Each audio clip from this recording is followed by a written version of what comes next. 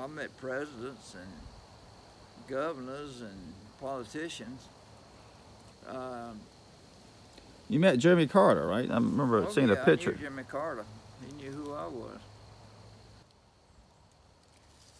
Where did your belief in yourself come from? My grandmother.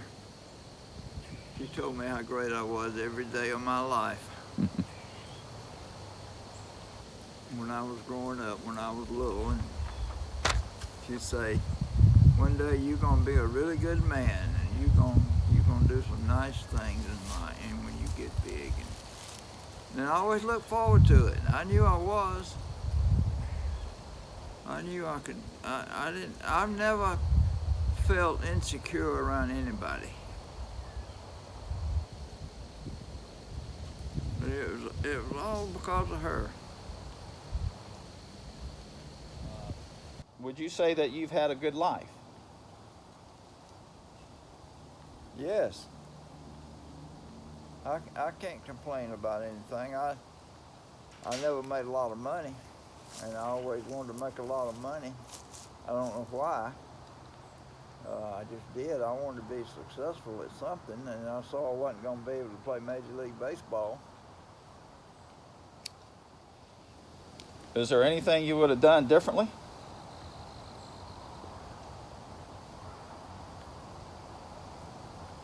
Yeah, I wish I'd got a college education. And I tried to go to school 2 or 3 times, but it was just too much for me. I couldn't go to school and make a living and do the things I had to do. I got a scholarship to go to Valdosta State, play baseball. But your mama was out of nursing school then. She was a registered nurse. She made $230 a month. And we had 3 kids, and we couldn't live on $230 a month. And I couldn't work because I had to go to school in the morning and had to practice ball in the afternoon, and it didn't leave any time to work. So it wasn't much I could do. And we stood it as long as we could, and finally we gave it up. I remember during the time I lived in Fort Valley, we moved to Smithville, Georgia when I was 4 years old. And I remember Fort Valley. I remember some things that happened to me. For instance, hobos used to come off the trains. I guess we lived fairly close to the track, and hobos used to come up there all the time, and my grandmother would feed them. And they would sit on the back steps, and I'd stand out there and watch them eat when I was 4 years old. And I remember going with my mother downtown to a place called Gussie's, which was a place to get hamburgers and cold drinks and things. We moved to Smithville, Georgia when I was 4 years old. Y'all lived in that house, that Well, same house your whole, until you left. Well, we didn't at first. We lived on the other side of town at first while they were building that house. My granddad built that house, and it took a while. I remember going up there and seeing them building it and playing with the lumber and all that sort of thing. And we moved in that house when I was about 5. And of course, all the kids used to come by going to school, walking to the school. Because you were right by the school, a half a block away. Yeah, and I wanted to go to school really bad because all the other kids were going. Oh, I had a dog that I really liked a lot. Loved him, as a matter of fact. Were you young? Yeah, I was about 12, and this little dog took up at my house, and I don't know where he came from, but I started feeding him, and before long he was part of my family. And one day, this guy that I knew, a friend of mine, he was older than me by a couple of years, and he was always a bully. And he he was coming down the street, and I said something to him, and he came over there and grabbed me around the neck. And when he did, that dog ate him up. He didn't bully you anymore after that, He huh? didn't bully anymore. That dog was around. Nobody would touch me when that dog was around.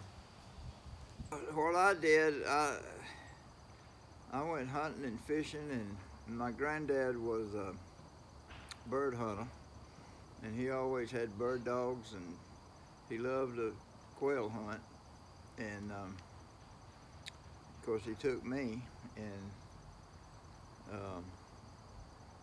so we were always hunting and fishing, and he didn't fish, but I loved to fish. And my grandmother would take me fishing. She'd just sit in a car, and I'd go down to the pond and fish. Then she'd honk the She'd horn sit in the and she'd car, ready wait to on go. you? Huh? Wait, she would sit in the car waiting on you to fish? Yeah, she'd wait on me to fish when I was little, you know. Hmm. And when she was ready to go, she'd blow the horn, and I'd go back up there and get in the car. What was your very first job you got paid to do? Breaking concrete at the school with a sledgehammer when I was about 15. Yeah? Did you enjoy it? No, They pay you good? no. It was hard work, and I've always been against the idea of hard work. Your sister Judy was a bit younger than you. 10 years. So I was gonna ask, did y'all have any did y'all have any difficulty getting along, or was Hell yeah. Mama would make me take her places, you know. I'd be going somewhere, and she said, take Judy. I don't want to take Judy. You know, I mean, she was just a little kid. I didn't want to have to look after Judy, but I had to do it sometime. I love Mama a lot, but Mama was away a lot. She was going, when we first moved to Smithfield, she was in nurses training in Macon, because we lived in Fort Valley, which was close to Macon, so it was natural she went to school in Macon. So she went back to Macon to finish school. So for 2 or 3 years, you know, Mama was gone most of the time. So how would you describe Brown Grandma, your grandma? How would you characterize her as a person, her personality? She was sort of domineering, a little domineering.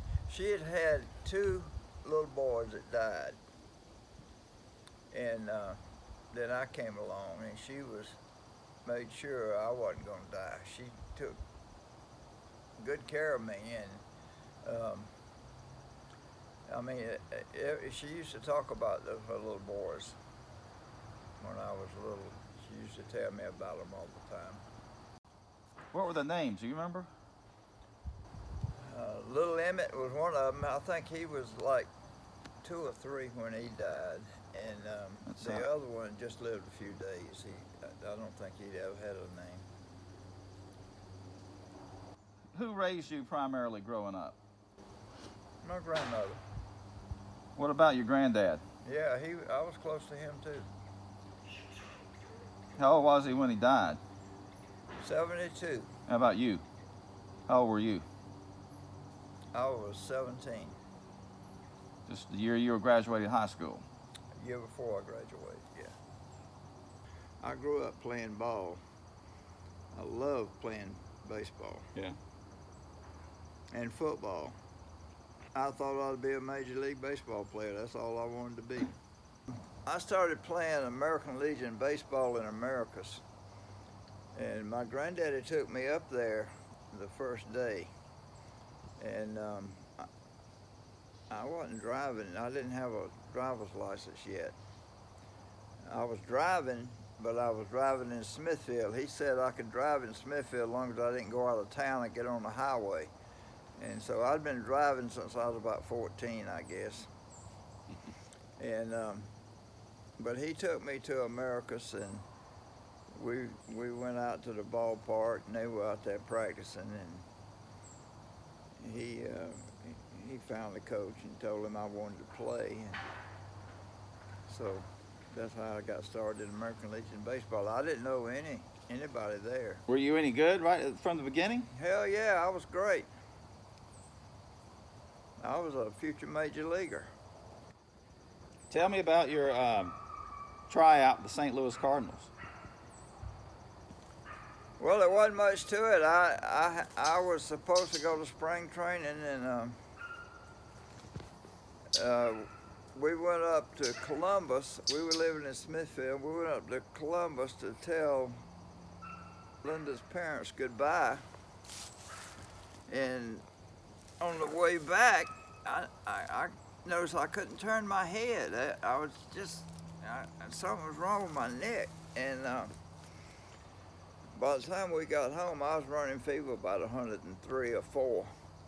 And so I went to the hospital, and they said I had glandular fever. And I spent about 2 weeks in the hospital. I was real sick. And we got to spring training today. Spring training broke up. And the guy that was head of it was named Mr. McKechnie. And I asked somebody where he was, and they said, that's him sitting over on the bench, on the bleachers. And I went over there and told him who I was, and I had been real sick, and he of course he knew that because my mama had called him and told him, you know, what's wrong with me. And he said, boy, you look like warmed over to death, and I'm sure I did. He said, go home and get your strength back, and I'll let you know what to do. So I went home, and a few weeks later, I got a bus ticket to go to Waco, Texas, and join the team out there, but I never did go. We used to ride around at night and shoot rabbits in the lights of the car. I mean, that was just something you did in Smithfield. And there was a girl in America that my friend George and I both knew. Her name was Jerry Jean. And we were talking about that, and she said she wanted to go rabbit hunting. And we told her to get some friends of hers, and we'd all go that Friday night, that weekend or something. And so she invited 3 or 4 girls to go, and one other boy who was a teammate of mine on the baseball team. And we went up to her house to get them, and George went inside to tell them to come on out, and I stayed in the car. I was driving, and I heard the back door open, and I looked around, and your mama was getting in the back seat. I was in love. I was in love with her the first time I saw her. She was beautiful. I'd never seen a girl that beautiful. And of course, I didn't know who she was. I didn't know her name or anything. I just looked around like that and saw her. And we went rabbit hunting, and we explored an old haunted house, and we climbed a fire tower and did all those things that kids do. And I called her the next day and told her that I felt like she was coming on to me because she hung on to me all night. She said, you the one had the flashlight. That's the only reason I was holding on to you. And anyway, we got over that, and we started dating. And like they say, the rest is history. We got married in Phoenix City, Alabama. And it was just her mom and dad and my mom and 2 or 3 other people. We got married in a church over there. But by then I was in the Air Force. I had joined the Air Force, and I came home on leave after boot camp, and we got married. So I wasn't in the Air Force for about 4 months. I had those real severe migraine headaches, and I mean, I would have them, and I'd be incapacitated for 2 or 3 days. It was just terrible. And I remember I was in the hospital at Keesler Air Force Base in Mississippi, and this doctor said that he didn't think I was going to be able to stay in the Air Force, not with those headaches like that. Hmm. And I asked him, was it going to be a blot on my resume, you know, if I wasn't able to do it? And he said, no, it won't. We'll discharge you under honorable conditions. So I got out of the Air Force, came home. Where was the first place y'all lived? We lived in Smithfield up by the swimming pool in a little house that Mr. Dorman had up there. The rent was $20 a month. Really? Was that an extraordinarily good rate back then, or was that pretty typical? Well, it was hard to pay because I didn't have a job. I didn't have any money, and it was hard to come up with $20. Well, what did you end up doing for a living? I sold insurance, had a debit, did that for 2 or 3 years. I worked at Bluebird Body Company in Fort Valley, Georgia. It's Bluebird makes school buses. And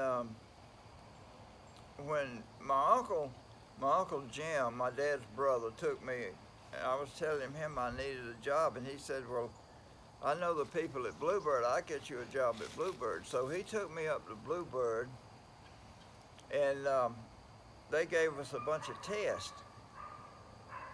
And after we took the test, they called me in and said I'd scored real high on the test, and the president of the company wanted to talk to me. Oh, really?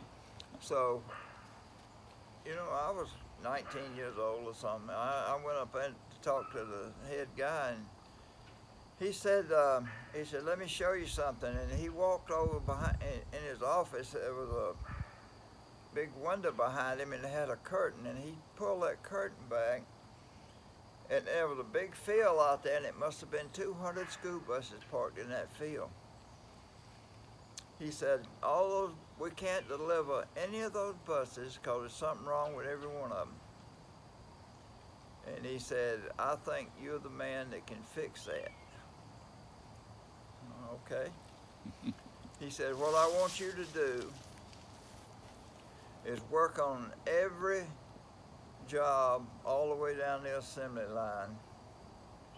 And then it'll take you 2 or 3 weeks to do that. Then after you do that, you'll be our inspector on the line, and you catch all these problems before that bus gets off the end of the assembly line. And I was real cocky anyway. I said, well, yeah, I can do that. So that's what I did. And 3 weeks after I started doing it, wasn't a bus in that field. All right, what do you remember about the birth of your first child? How tired I was. Stayed up all night. I'm sure I wasn't nearly as tired as your mama was, but we went the next morning. Half of Smithfield came up to the hospital. It seemed like a bunch of people were there to celebrate, and we went out and got breakfast that morning, and everybody was real happy. How about any memories of the birth of your second child? Only thing I remember about my second child is I took your mama to the hospital about 10 o'clock one night, and they wouldn't let me go back there where she was. I had to sit out there in the waiting room. I was just out there by myself sitting in the waiting room, and this nurse came out there that knew my mama. And she said, there's nobody in that room right there. Why don't you just go in there and lay down on that bed, and I'll come get you when the baby comes. So I went in and lay down on bed in that room, and I remember feeling like somebody was just pushing me down in the bed because I was so tense, you know. And when about 4 o'clock, she came in and woke me up and told me that Wade was here.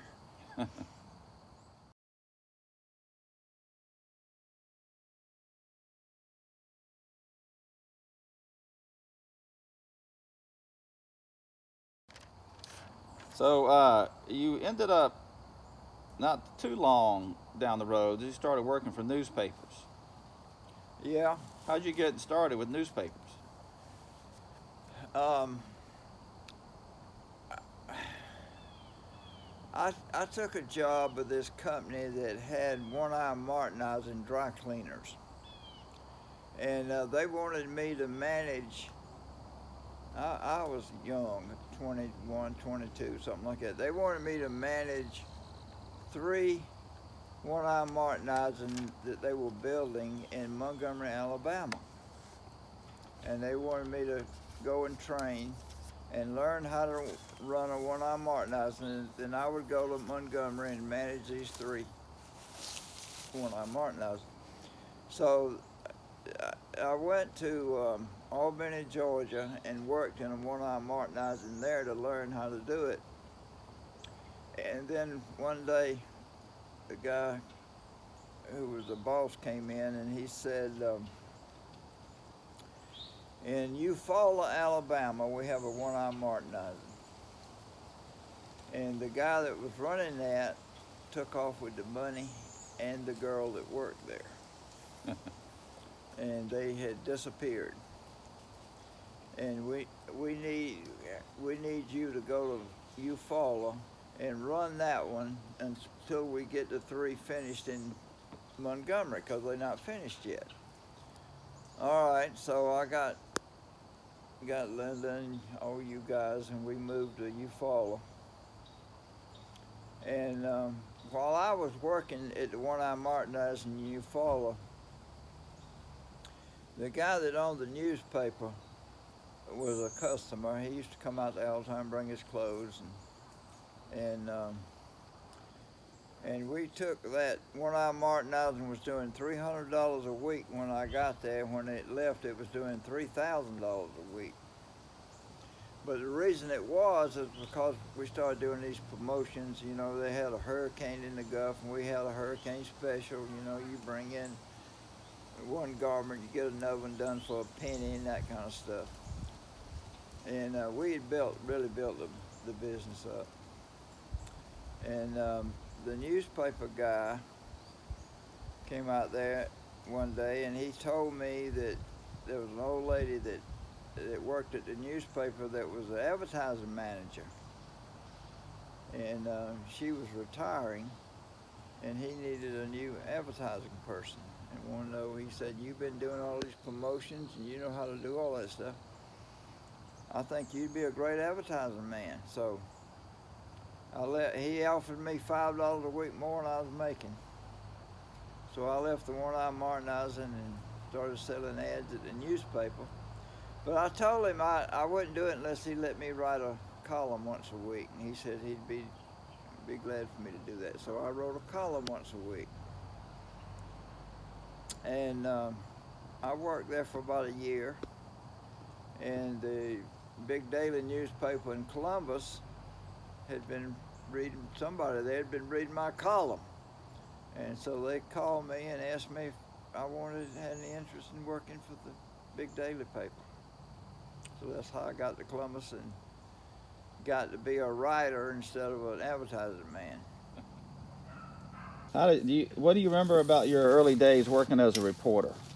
Oh, I remember a lot about it. I had a great boss, a city editor named Miles, and he really taught me how to write a news article and do things.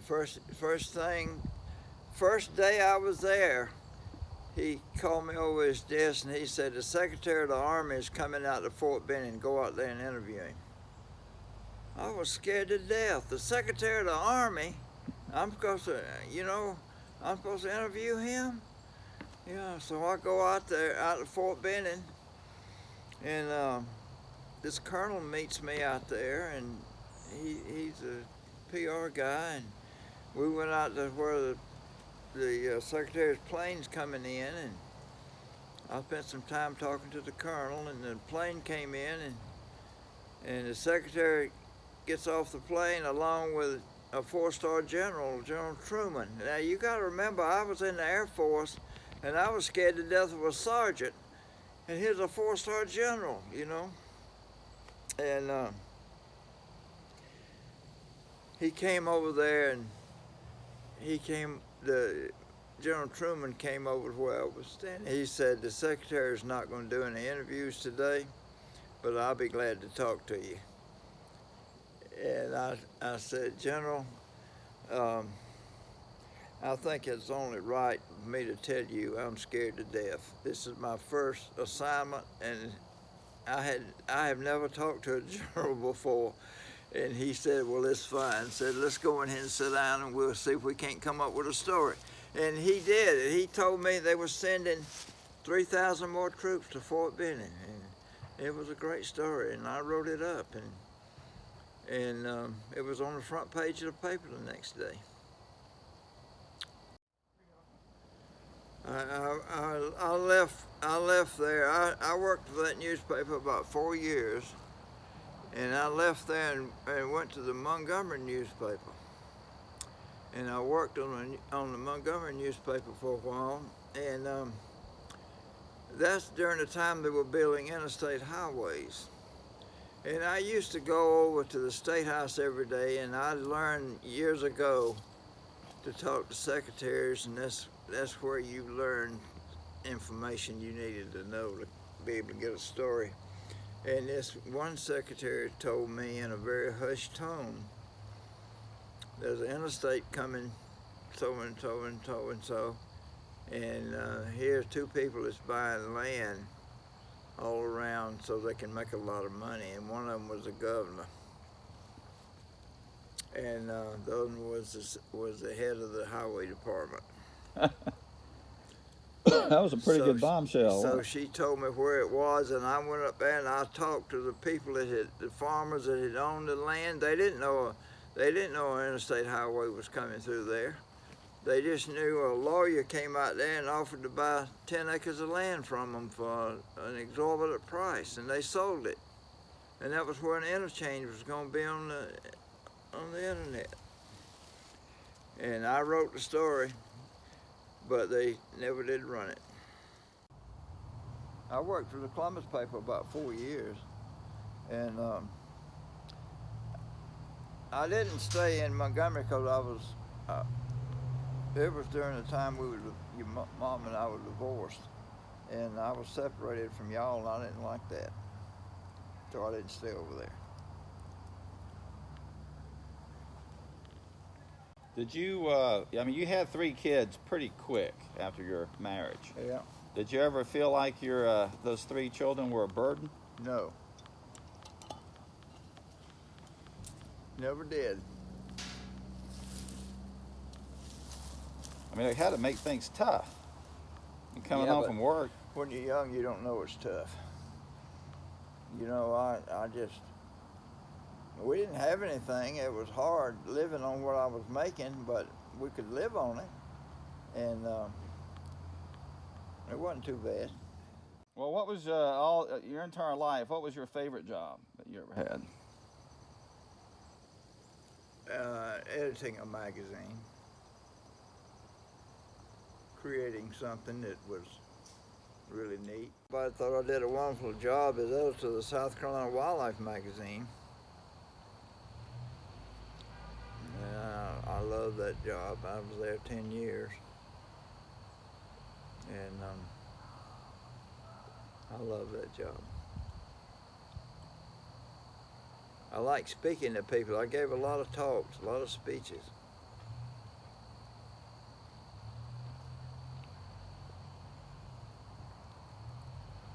That magazine won a lot of awards, didn't it?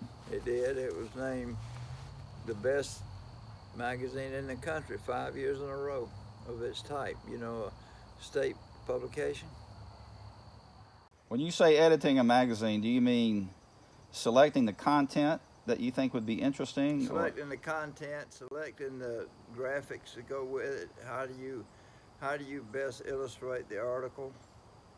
How can you put something in there that would astound people?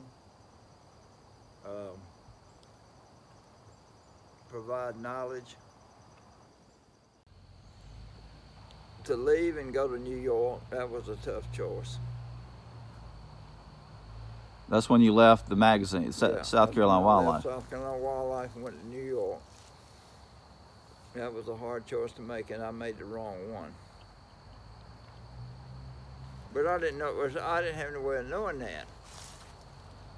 I mean,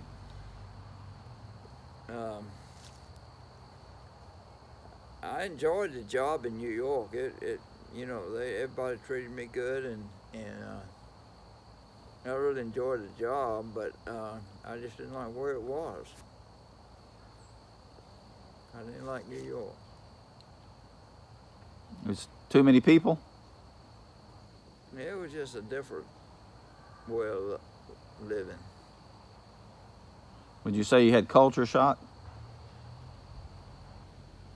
Probably.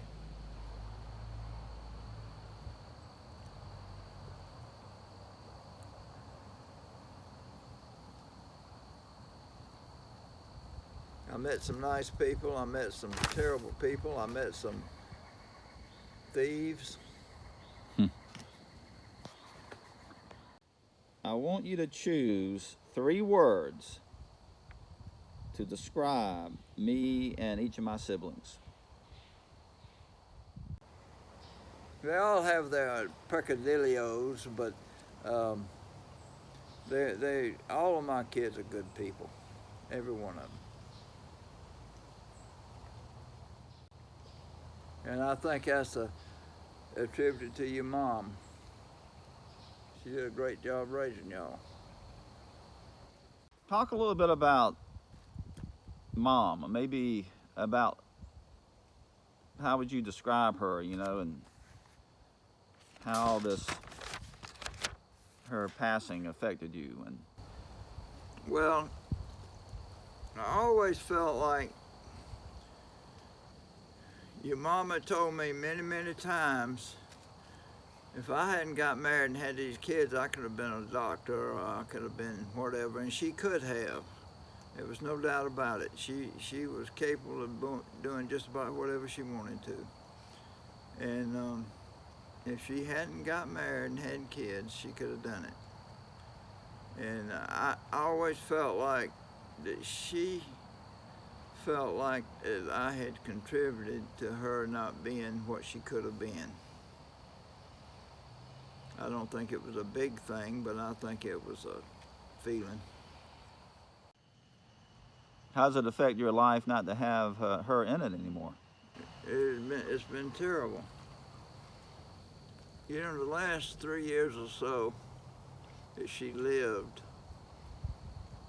I took care of her most all the time. I mean, she couldn't do anything, and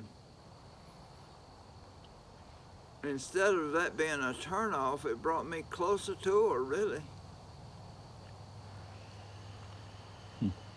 And she thought it was the other way around. She thought she was a burden on me, and I used to read the Bible to her. She used to read the Bible every day, and she got where she couldn't do it, and I would read the Bible to her. How do you want to be remembered?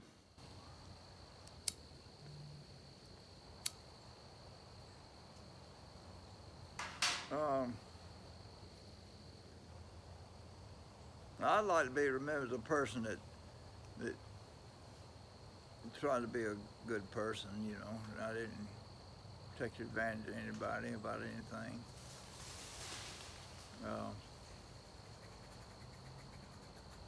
I don't think we can tell kids how to remember their daddy. They're going to remember him how they remember him, but that's the way it is. If they don't know me by now, they won't ever. What details of your funeral are important to you? Don't want to have one. Because you're going to keep on living forever? No, I just don't care anything about having a funeral. I don't want people to have to sit there and be sad. You know, if I die, just take me out and bury me and cover it up. You'd rather be buried than cremated? Yeah, I don't want to be cremated because your mother's ashes are going to be put in my casket. So no ceremony or anything like that? I don't want nothing like that. I just want to get out of here.